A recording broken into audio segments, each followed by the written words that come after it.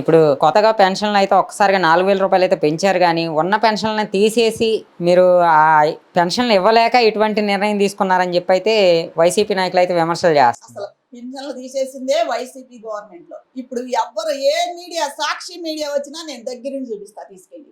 ఏ government లో తీసేశారు, ఎప్పుడు తీసేశారు, ఎందుకు తీసేశారు, అంగవైకల్యం ఉన్న వాళ్ళకేంటి, పెద్ద వయసు వాళ్ళకేంటి, భర్త లేని వాళ్ళకేంటి, ఎంత మందికో వైసీపీ గవర్నమెంట్ లో పింఛన్లు తీసేశారు.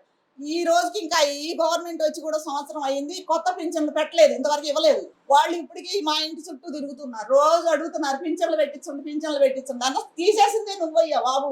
వచ్చేది పెంచుతానన్నావు, ఓట్లు వేయించుకున్నావు, 250 250 చేసుకుంటా వచ్చావు 4 ఏళ్ళు 5 ఏళ్ళు పెంచడానికి. ఆయన అలా కాదుగా, ఆయన మాట మీద నిలబడ్డారుగా. ఇస్తాను అన్నారు, 1000 రూపాయలు పెంచుతానన్నారు, పెంచారు, వెంటనే ఇచ్చేశారు. అది అది చెయ్యాలి, ఛాలెంజ్ గా తీసుకుని చేశాడే ఆయన. అట్లాంటి ఆయన తీసుకుని స్ఫూర్తిగా తీసుకుని నువ్వు కూడా అలాంటివి చేయడానికి నేర్చుకో, అంతే తప్పించి ఈ పిచ్చి మాటలు, లేనిపోయిన మాటలు అనవసరం. అప్పులు చేసిందే జగన్మోహన్ రెడ్డి, ఆ అప్పులను సరిదిద్దుతుందే చంద్రబాబు నాయుడు గారు.